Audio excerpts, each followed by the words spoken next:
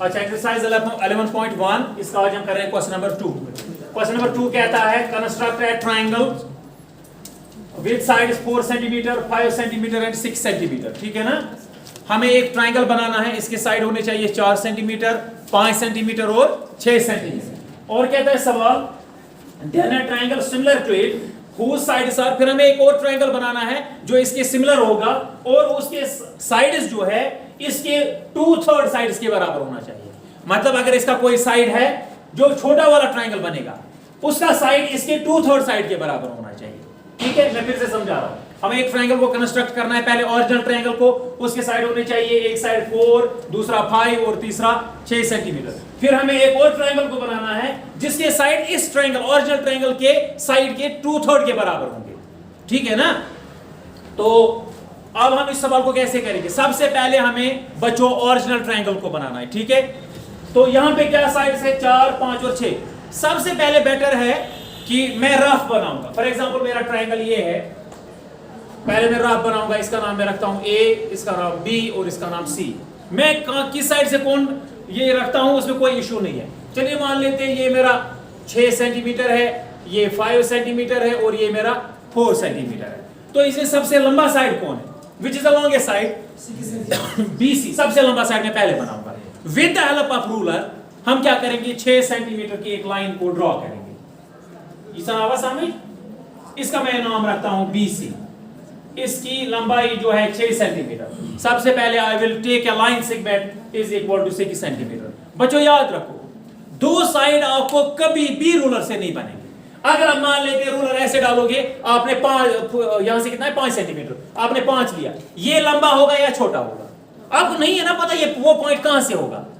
समझिए, अगर कोई नहीं आप स्केल से लोगे, अच्छा ये वाला लोगे, मानो ये आपने लिया 4 सेंटीमीटर नाप के, ये आपका लंबा पड़ेगा फिर, या कोई नहीं 5 सेंटीमीटर।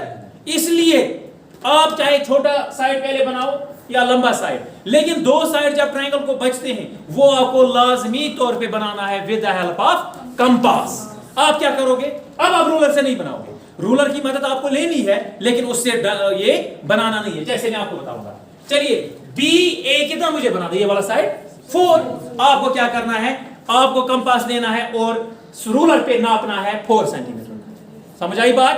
तो फिक्रे आपको कंपास कितना खोलना है, बराबर 4 सेंटीमीटर रूलर पे। रूलर ऐसे कॉपी पे रखा और कंपास की रेडियस को इतना खोलना है और रखना है B पे ड्रा एन आर। ये समझ? हाँ, ये जरूरी आपको बनाने हैं with the help of ruler. अगर आप ये स्केल से बनाओगे तो नहीं बनेगा, एक छोटा साइड पड़ेगा या लंबा हो जाएगा वो। अब आप करो काम, ये साइड मुझे कितना बनाना है, यहां देखो, ये मुझे 5 बनाना है। मैं फिर से रूलर पे नाप के रेडियस खोलूंगा 5। रूलर को पहले कॉपी पे रखा ऐसे और 5 सेंटीमीटर चेक किया कितना है। अब रखो C पे ड्रॉ अनदर आर्क। मान लेते हैं ये आर्क यहां आ रही है, वो कहीं यहां ऐसे इंटरसेक्ट, कहीं ना कहीं भी इंटरसेक्ट करेगी वो। ये पॉइंट जहां पे ये दो लाइन आपस में इंटरसेक्ट हो रहे, this is point A। Am I right? अब रूलर की मदद से इसको इसके साथ ज्वाइन करो, इस पॉइंट को इसके साथ ज्वाइन करो। दिस इज माय, शाबाश, this is my original triangle. हाँ, अभी मेरा रुकाया ट्रायंगल नहीं बन गया, अभी मुझे गिवन ट्रायंगल बन गया। ये मैंने गिवन ट्रायंगल बना दिया। अब इसके ये है 6, ये है 5 सेंटीमीटर और this is 4 centimetre. Am I right? अब सवाल कहता है construct a similar triangle to it whose sides are, उसके साइड जो आप दूसरा ट्रायंगल बनाओगे उसके साइड्स इसके साइड्स के 2/3 के बराबर होने चाहिए। समझ आया? Very nice. और इसके कॉरेस्पॉन्डिंग साइड्स के बराबर, यानी कि जो दूसरा ट्रायंगल हो, मतलब अगर इसका ये है, इसका 2/3 ये साइड आना चाहिए, अपना अपना साइड। कॉरेस्पॉन्डिंग साइड का मतलब वही है, इस ये साइड जो है इस साइड का 2/3 होना चाहिए ऐसे। अब हम कैसे बनाएंगे? देखिए बच्चों, मुझे एक और ट्रायंगल बनाना है, उसके साइड्स इस ओरिजिनल ट्रायंगल के 2/3 साइड्स के बराबर होने चाहिए। 2/3 जब आप 2 को 3 से डिवाइड करोगे तो 1 से कम आएगा, पॉइंट में निकलेगा कि 1 से ऊपर आएगा? 1 से कम, क्योंकि हमारा न्यूमरेटर छोटा है।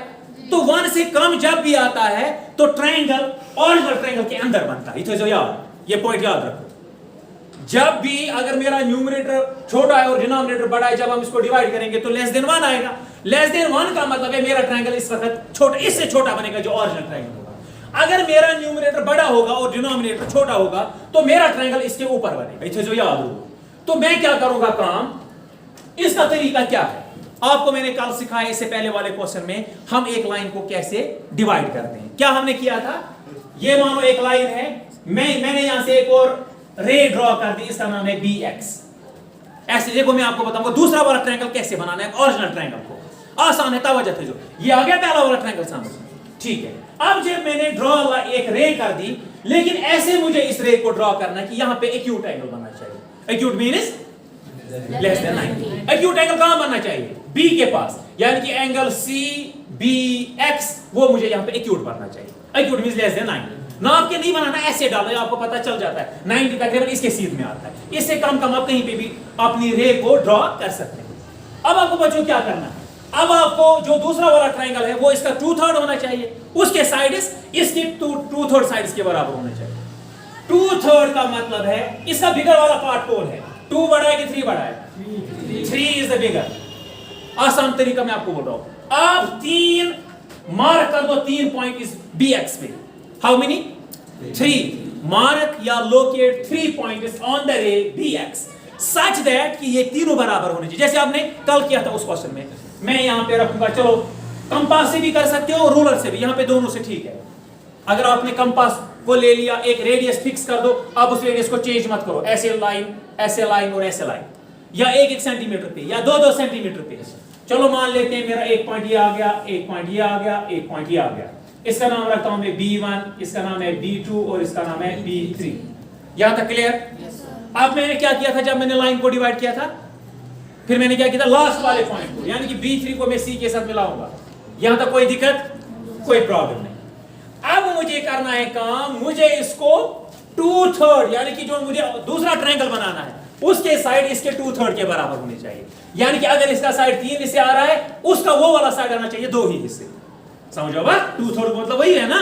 अगर इसका इस ट्रायंगल का 3 हिस्से आ रहा है तो उसकी तरफ कितने हिस्से आने चाहिए, 2 हिस्से आने चाहिए। मैं करूंगा काम, अब मुझे 2/3 बनाना है, 3 के पास तो मैं उसको मिला दिया, 2 के पास एक और लाइन डाल दो, लेकिन वो वाली लाइन इस लाइन को पैरेलल होनी चाहिए। बिल्कुल वही क्वेश्चन जो हमने किया है, कोई डिफरेंस नहीं है। यहां पे कैसे वो कैसे हम पैरेलल डालेंगे, आपको B पे उठाना है compass with any radius, draw an arc with any radius. आपको क्या करना है, B पे उठाना है कंपास, कोई रेडियस को फिक्स कर दिया, ड्रॉ एन आर्क। अब लेकिन जो आपने रेडियस फिक्स की है उसको चेंज नहीं करना है, आप उसी को उठाओ और B पे, क्योंकि मुझे 2/3 में करना है ना इसको, B के पास उठाओ कंपास, ड्रॉ अनदर आर्क। यहां तक क्लियर? अगर इसको कोई कंफ्यूजन है तो बोल देना। अब क्या करना है, अब जब आपने दोनों आर्क डाल दिए, अब आपको ये एंगल मेजर करना है, ये कितना है। जहां मैंने ये आर्क डाल दी, इस आर्क ने यहां पे काटा और कहां पे, यहां पे काटा, इसको नापना ये कितना, ऐसे ऐसे ऐसे लाया आपने कंपास, इसको मेजर किया। अब चेंज नहीं करना है रेडियस को, यहां पे नापा ना, असल में आप क्या नाप रहे हो, एंगल। आपका मकसद है यहां पे भी वही एंगल बनना चाहिए। जब एंगल ठीक होगा, जब दोनों एंगल बराबर होंगे तो लाइन फिर पैरेलल हो जाएगी, नॉट इस लाइन पैरेलल। वेरी गुड, आपने किया काम, इस एंगल को नापा। अब जहां पे इसे इस लाइन को काटा था वहां पे उठाया और एक लाइन डाल दी। अच्छा समझ? अगर नहीं मैं फिर से बताऊंगा। ऐसे आपने लाइन डाल दी, अब मान लेते हैं कि इसने इस आर्क को कहीं यहीं पे इंटरसेक्ट कर दिया, समझा हुआ? अब आपको क्या करना है, B2 और जहां पे ये लाइन, 2 आर्क इंटरसेक्ट हो गए, इनको आपस में ज्वाइन करना है, ऐसे हो गई, तो ये लाइन और ये लाइन आपस में पैरेलल हो गई। अब आपको इसके बाद क्या करना है, वेरी गुड, अब आपको यहां पे उठाना है और इसके लाइन पैरेलल डाल देनी है, बस हमारा ट्रायंगल बन जाएगा, दैट इज इट। अब आप चलो मान लेते हैं यहां पे जो इस पॉइंट पे काटा, इसका कुछ नाम रखते हैं, इसका नाम रखते हैं D, क्योंकि ABC मैंने रखा, इसका नाम रखते हैं D। अब आप उठाओ D पे, अच्छा अब आपको एक और लाइन डालनी है, वो होनी चाहिए इसको पैरेलल। क्या रूल है, यही रूल जो मैंने यहां पे किया था। यहां पे उठा, पहले उठाओ C पे, और क्या कर रहा है C पे, शाबाश बोलो दोहा। यहां पे उठाया C पे, कोई भी रेडियस, ड्रॉ एन आर्क। अब क्या करना है, शाबाश D पे उठाओ, अब D पे उठाओ, रेडियस को चेंज नहीं करना है, तो यहां पे उठाई, एक और आर्क दे दो। यहां तक क्लियर? अब मुझे क्या करना है इसके बाद, शाबाश अब फिर से यहां एंगल नाप लो, जो मैंने आर्क डाल दी, इसने यहां इस लेग को, इस बाजू को यहां पे काटा, इस बाजू को यहां पे काटा, ये नाप लो कितना है, कितना आ गया समझ में। अब उठाओ यहां पे, ड्रॉ एन आर्क। यहां क्लियर? मान लेते हैं यहां कहीं पे इसने काटा, अब क्या करना है, D पॉइंट को और इसको ज्वाइन करना है और बढ़ाते जाना है जब तक ये इसके साथ मिल जाएगा। मान लेते ABCD, इसका नाम है E, Therefore हमारा ट्रायंगल बन गया BDE is the Rukai triangle. यही हमारा रुकाई ट्रायंगल है, दैट इज इट. और इसके साइड्स इसके 2/3 है. अगर यहां तक 3 पार्ट्स है, यहां तक आएंगे 2 पार्ट्स. अगर ये 3 पार्ट्स है, यहां से यहां तक होंगे 2 पार्ट्स. अगर यहां से यहां तक 3 पार्ट है, यहां से यहां तक होंगे 2 पार्ट्स. तो इसके साइड्स जो है इसके 2/3 के बराबर होंगे हमारा ट्रायंगल. दिस इज आवर रुकाई ट्रायंगल. अब हमें क्या करना है बच्चों, हमें लिखने हैं स्टेप्स ऑफ कंस्ट्रक्शन. यानी कि जो मैंने किया एग्जैक्ट मुझे वही लिखना है. मैं लिखूंगा अपना सॉल्यूशन, मैं लिखूंगा स्टेप्स ऑफ कंस्ट्रक्शन. शाबाश बच्चों, मुझे बताओ स्टेप्स ऑफ कंस्ट्रक्शन में सबसे पहले आपने क्या किया? Very nice. Draw a line segment BC is equal to, आसान है. सबसे पहले मैंने ड्रॉ ए लाइन सेगमेंट, इसका BC is equal to 6 centimetre. आप ये भी लिख सकते हो with the help of ruler. यहां तक कोई कंफ्यूजन? बताओ बच्चों दूसरा स्टेप आपने क्या किया? दूसरा स्टेप आपने किया, जब आपने ये लाइन ड्रॉ कर दी, उसके बाद आपने B पे कंपास रखा. पहले ओरिजिनल ट्रायंगल देखो. अभी ये मैंने नहीं डाला अभी. नहीं. सबसे पहले मैंने ओरिजिनल ट्रायंगल को बनाया. मैंने B पे कंपास रखा. इसको कहते हैं, इसको हम इंग्लिश में क्या लिखते हैं? Take B as centre. यानी कि मैंने मरकज किसको माना? B को. यानी कि सेंटर मानने का मतलब होता है मैंने कंपास की नोक को यहां पे रखा. इसको सेंटर मैंने किसको माना? B को माना सेंटर. यानी कि कंपास मैंने कहां पे रखा? B पे. और कितना खोला? 4 सेंटीमीटर. ड्रॉ है, शाबाश, draw an arc. Very good. खुद ही सीखो, ये एग्जाम में आपको खुद लिखने हैं. मैं लिखूंगा टेक मींस लेना. Take B as centre and radius. Radius पता है किसको कहते हैं? यानी कि मैंने कितना खोला इसको? रेडियस मैंने कितनी ली? 4 centimetre. Very good. And radius is equal to 4 centimetre. Draw an arc. ये तो आवाज समझ? Draw an arc. शाबाश बच्चों. अब तीसरा पॉइंट मैंने क्या किया? Now take C as centre. फिर मैंने C पे कंपास रखा, उसकी नोक को रखा. मैंने मरकज किसको माना? C को. देखो जब हम कंपास रखते हैं ना तो वो बीच में होता है, इसको इसलिए कहते हैं सेंटर. अगर हम सर्कल डालेंगे तो वो नोक कहां पे आएगा? बीच में आएगा. इसलिए इसको कहते हैं हम सेंटर मानना. अच्छा, अब मैं करता हूं काम. मैंने अब C पे कंपास रखा. इंग्लिश में क्या लिखेंगे? नाउ शाबाश. Take C as centre and radius मैंने कितनी ली? And radius is equal to 5 centimetre. Draw another arc लिखी, क्योंकि मैंने एक ऑलरेडी डाली है तो दूसरे को हम बोलेंगे मैंने एक और आर्क ड्रॉ कर दी. Draw another arc. लेकिन मैं यहां पे लिखूंगा एक point, intersecting first arc A, जिसने पहली वाली आर्क को A पे काटा. देखो मैंने जब B पे रखा था तो ये वाली आर्क दी, जब मैंने C पे रखा तो ये वाली फर्स्ट आर्क को इसने A पे काटा. मैं लिखूंगा draw another arc intersecting first arc A पे इसने काटा. आप A को कॉमा भी रख सकते हो. अब शाबाश बच्चों, चौथा पॉइंट बताओ. चौथा पॉइंट मैंने क्या किया? ज्वाइन AB और AC. जहां पे ये दो आर्क इंटरसेक्ट होते वो मेरा एक पॉइंट आ गया. वो कौन सा पॉइंट होगा? A. फिर मैंने AB को ज्वाइन किया और AC को ज्वाइन किया. ऐसा ही है ना? ये आसान लिखना है, आपको टफ लगता है अभी. मैं लिखूंगा ज्वाइन क्या? AB and AC. This is my रुकाई ट्रायंगल. नहीं, this is my original triangle. इसको मुझे अब दूसरा ट्रायंगल बनाना है जो इसके साइड इसके 2/3 के बराबर होगा. मैं लिखूंगा this is the original triangle. ये मेरा अभी असल वाला ट्रायंगल नहीं बन गया, ये मेरा ओरिजिनल बन गया. अब इस ट्रायंगल को मुझे एक और ट्रायंगल बनाना है जिसके साइड्स इसके साइड्स के 2/3 के बराबर होंगे. अगर यहां पे यहां तक 3 पार्ट्स है, दूसरा वाला ट्रायंगल एक पार्ट का सनी 0 होता है. क्लियर अच्छा का सन? अब मैंने वो कार्रवाई मैंने स्टेप नंबर 5 से स्टार्ट की दूसरे ट्रायंगल. यहां तक मैंने अभी सिर्फ लिखा मैंने ओरिजिनल ट्रायंगल को कैसे बनाया. अच्छा, पांचवा पॉइंट मैंने क्या किया? किसको पता है? वेरी नाइस, शाबाश, वेरी नाइस. ड्रॉ ए रे. अब मैंने रे डाल दी 5वें पॉइंट पे. मैंने इस ट्रायंगल को पहले कंप्लीट बनाया, उसके बाद मैं दूसरे ट्रायंगल की तैयारी कर रहा हूं. मैंने क्या काम किया बच्चों? B से मैंने एक रे बना दी, लेकिन ऐसे रे मैंने डाल दी ताकि यहां पे एक्यूट एंगल बन जाए. ऐसा ही है? Very good. मैं लिखूंगा ड्रॉ ए रे. AX मैंने उसका नाम रखा, अगर आप देखोगे AX. मगर such that angle CAX is an acute angle. मैं सही कह रहा हूं? ऐसे मैंने डाल दी रे ताकि यहां पे acute angle बनना चाहिए. मैं 90 से लेस मुझे रखना है, चाहे 40 का रख दो, 30 का रख दो, 20 का रख दो, 50 का रख दो, 60 का रख दो, कोई इशू नहीं, लेकिन acute angle बनना चाहिए. इसके बाद मैंने क्या काम किया बच्चों? वेरी गुड, कोई ज्वाइन नहीं किया. डिवाइड. हाँ, मैंने मार्क कर दिए इस पर 3 point. Yes, sir. Very good. Locate लिखो, मार्क लिखो. जब आप 2-4 सवाल करोगे इंशाल्लाह ये आहिस्ता आपको खुद ही लिखना आ जाएगा. मार्क 3.